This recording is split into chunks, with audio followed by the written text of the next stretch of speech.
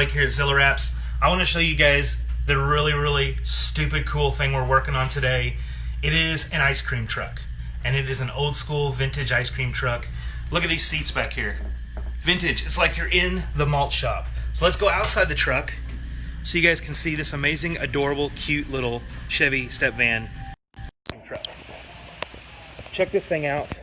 Could you ask for more awesome of an ice cream truck in Texas? It's got the Texas flag, and it's got the Come and Chase It ice cream logo, which is amazing. Check out this thing. It's adorable and so fun. You got the window over here so you can come get your ice cream. Make sure and follow them on social media. See if they're coming to a neighborhood near you. But look at this awesome little truck. I would freak out if I was a kid and this was in my neighborhood. So stinking awesome. And look at the inside of this thing. I want one of these. You got these really cool vintage seats in here, and it's awesome. Super cool ice cream truck, you guys. While I'm on the video, I'll show you guys what else we have in the shop today. We're doing another vehicle for Texas Industrial Security. We do these wraps so that all their vehicles look the same and they can represent out there. You can't tell what we're doing on this van from this side. The other side's wrapped.